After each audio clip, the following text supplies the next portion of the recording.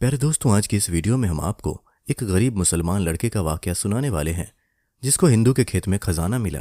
सोने से भरी हुई देग जब एक मुसलमान को मिली तो उसने क्या किया। अगर आपने इस वीडियो को लाइक नहीं किया है तो इसे लाइक जरूर करें। तो चलिए शुरू करते हैं। दोस्तों, तज़किरातुल औलिया में यह वाकया कुछ इस तरह से बयान किया गया है कि कहा जाता है कि हिंदुस्तान में एक ऐसे बादशाह की हुकूमत थी कि जिसके दौर में एक गरीब बेवा औरत रहा करती थी जो बड़ी नेक और इबादत गुजार थी। उसकी एक नाबीना बेटी और एक बेटा था। बेटा 15 साल का था और दिन भर मेहनत मजदूरी करके अपनी माँ और बहन का पेट पालता। एक दिन उसे कहीं भी मजदूरी न मिली जबकि उसके घर में 3 दिन से फाके हो रहे थे। इस सूरत हाल में बेटा अपनी माँ के सामने बैठकर रोने लगा। नेक माँ ने उसे तसल्ली दी। सर्दियों का मौसम शुरू हो चुका था लेकिन उनके पास गर्म कपड़े और ओढ़ने के लिए लिहाफ तक नहीं थे। एक रात उसकी बहन जिससे वो बड़ी मोहब्बत करता था उसको पसली में दर्द हुआ और वो उसी दर्द की कैफियत में चल बसी, यानी उसका इंतकाल हो गया। मोहल्ले वालों ने मिलजुल कर उसके कफन दफन का इंतजाम कर दिया। अब घर में बेटा और माँ रह गए लेकिन फाका कशी खत्म न हो सकी। उन दिनों दिल्ली में हजरत निजामुद्दीन औलिया रहमतुल्लाह अलैह की बड़ी शोहरत थी। जब उस लड़के ने हजरत निजामुद्दीन औलिया के बारे में सुना तो उनकी खिदमत में हाजिर होने का इरादा किया ताकि अपनी बदहाली दूर कराने के लिए दुआ करा सके। जब वो लड़का उनकी खानका पर पहुंचा तो देखा कि बाहर बहुत सारे सिपाही खड़े हुए हैं। उन्हें देखकर वो रुक गया और समझ गया कि यहाँ पर किसी बादशाह की हाजिरी हुई है। वो इंतजार करता रहा। जब बादशाह अंदर से निकल रहा था तो हजरत निजामुद्दीन औलिया लोगों के हुजूम में बैठे कह रहे थे कि एक सुल्तान गया और दूसरा सुल्तान आ गया। वो लड़का अभी तक अंदर दाखिल नहीं हुआ था बल्कि बाहर ही खड़ा था और बादशाह के जाने का इंतजार कर रहा था। यहाँ पर हजरत निजामुद्दीन औलिया ने खादिम से फरमाया कि बाहर जो सुल्तान खड़ा है उसे मेरे पास ले आओ। खादिम बाहर गया कि अल्लाह भला करे, अभी तो बादशाह वक्त बाहर निकले हैं तो उनको फिर से बुलाया जा रहा है, लेकिन मुर्शिद की बात है तो बात तो माननी ही पड़ेगी। खादिम दौड़ा दौड़ा बाहर गया और क्या देखा कि वहां पर न तो बादशाह है, न उसकी सवारी है और न ही उसके सिपाही वहां मौजूद हैं। उसने कहा कि एक फटी पुरानी हालत में लड़का खड़ा है जो कि चेहरे से ही मुफलिस और गरीब नजर आ रहा है। खादिम उसको देखकर पलटकर वापस आया और कहने लगा, हजरत बाहर तो कोई बादशाह नहीं है, सिर्फ एक नौजवान खड़ा है और उसकी हालत देखकर कहीं से भी ये अंदाजा नहीं हो सकता कि वो बादशाह है। हजरत निजामुद्दीन औलिया मुस्कुराने लगे और फरमाया, हाँ वही तो आने वाले कल का बादशाह है, जाओ उसे मेरे पास ले आओ। इसके बाद वो खादिम लड़के के पास आया और कहने लगा कि अंदर आपको बुलाया जा रहा है। लड़का अंदर दाखिल हुआ तो हजरत निजामुद्दीन औलिया ने बड़ी शफकत से फरमाया कि बादशाह बैठ जाइए। वो लड़का बोला, हुजूर मैं कहाँ बादशाह, मैं तो किस्मत का मारा बड़ा ही गरीब आदमी हूँ। दीन और दुनिया के बादशाह तो आप हैं। अल्लाह पाक ने आपको जो रुतबा अता किया है बस उसी रुतबे की धूम हमारे पास भी मची हुई थी और हम आपकी तारीफ, आपके मर्तबे को जानकर यहाँ पर आए हैं। लड़के को क्या मालूम था कि उसकी माँ की दुआओं की बदौलत अब उसे फैज़ मिलने का वक्त आ चुका है। हजरत निजामुद्दीन औलिया जो उस वक्त रोज़े से थे और उनके सामने इफ्तारी का खाना रखा हुआ था, जब आपने इफ्तारी कर ली तो वहाँ पर खाना अब भी रखा हुआ था। आपने फरमाया, बेटा इसे खा लो, ये बादशाही का ताज है। उसने फ़ौरन हुक्म की तामील की और हजरत निजामुद्दीन औलिया का खाना खा लिया और आपकी दुआ लेकर वहाँ से रुखसत हो गया। हजरत निजामुद्दीन औलिया ने चूंकि पहले ही ये पेशनगोई कर दी थी तो बस अब उसके दिल में इत्मीनान था कि अल्लाह के वली ने दुआ कर दी है, अब तो वक्त का इंतज़ार है।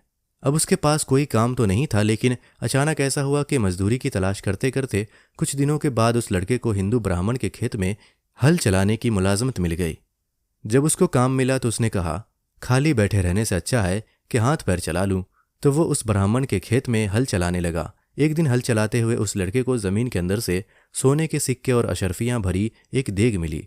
लड़का बहुत हैरान हुआ। अगर वो चाहता तो उस देग को लेकर चला जाता और आराम से खाता, लेकिन क्योंकि वो अमानतदार था, ईमानदार था, तो उसने खयानत करने के बजाय वो देग हिंदू ब्राह्मण के हवाले कर दी। वो हिंदू ब्राह्मण उसकी ईमानदारी से बड़ा खुश हुआ कि इतनी बड़ी देग मिलना और देग को देखकर लालच में ना आना और उसमें से एक भी अशरफी ना लेना, एक भी सोने का सिक्का ना लेना।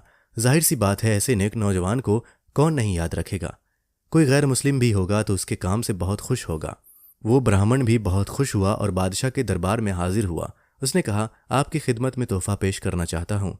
उसने बड़ी सी देग बादशाह के हवाले की और कहा, यह मेरे खेत से निकली है और ये कहकर आपके हवाले कर रहा हूँ कि इस देग को निकालने वाला मेरा एक मुलाजिम है जो मुसलमान है।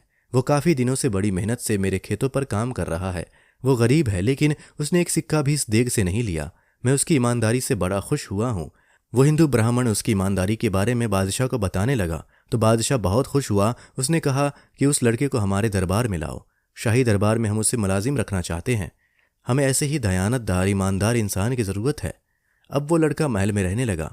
कुछ वक्त बाद वो लड़का अपनी जहानत और काबिलियत की वजह से दरबार ख़ास उमरा में शामिल हो गया, यानी उसका चर्चा होने लगा।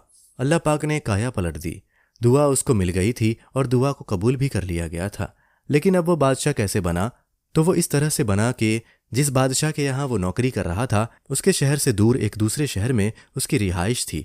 वहाँ के रहने वाले लोगों ने जब देखा कि ये लड़का तो बादशाह के पास काम करता है और बहुत अच्छे मशवरे देता है, यहाँ तक कि अल्लाह पाक ने उसको इतना नवाज दिया है, जो इतनी दौलत होने के बावजूद सबका ख्याल रखता है, गरीबों में पैसे बांटता है।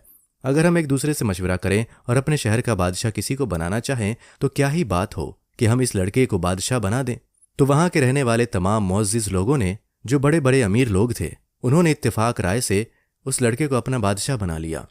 बादशाह बनने के बाद वो सबसे पहले हज़रत ख्वाजा निज़ामुद्दीन औलिया रहमतुल्लाह अलैह के दरबार में हाजिर हुआ और आपके पास आकर उसने अदब से कहा, हज़रत आपकी दुआ से आज मैं कहाँ से कहाँ पहुँच गया। आपकी दुआ ने मुझे कहाँ से कहाँ पहुँचा दिया। अगर आप मेरे लिए दुआ नहीं करते तो मैं बादशाह नहीं होता। मुझे मेरे शहर का वो अमीर इंसान बना दिया गया है कि अगर आज मैं अपने मनसब को देखता हूँ तो सोचता हूँ कहाँ मैं गरीब नादार मिस्कीन था कि मेरे घर में 3-3 दिन फाके हुआ करते थे। मेरी बहन इसी भूख से दुनिया से चली गई, लेकिन आपकी दुआ ने मेरी ज़िंदगी बदल दी। हज़रत निज़ामुद्दीन औलिया मुस्कुराकर कहने लगे, तुम्हारे अच्छे अमल ने अल्लाह को खुश कर दिया। आज जो कुछ तुम हो अल्लाह पाक की तुम पर मेहरबानी है। तुमने लालच नहीं की, तुमने हर एक इंसान का ख्याल रखा। तुमने ये नहीं देखा कि तुम किसी हिंदू के खेत में काम कर रहे हो। तुमने अमानत की चीज़ अमानतदार को दे दी। अगर तुम ज़रा सी भी चूक करते यानी गलती कर जाते और लालच में वो सिक्के अपने पास रख लेते, बेशक उनमें से एक सिक्का ही रखते, तो कभी भी बादशाह नहीं बनते। तुम्हारे अमल ने तुम्हें बादशाह बनाया है क्योंकि अल्लाह पाक को तुम्हारा ये अमल पसंद आया। सुभान अल्लाह। जब वो बादशाह बना तो अक्सर कहा करता कि हज़रत ख्वाजा निज़ामुद्दीन औलिया रहमतुल्लाह अलैह की दुआ ने मुझे गदाई से शाही तक पहुँचा दिया, वरना मैं तो एक गरीब इंसान था। कहाँ था मैं और कहाँ पहुँच गया। दोस्तों, इस वीडियो में इतना ही। अस्सलाम वालेकुम, अल्लाह हाफ़िज़।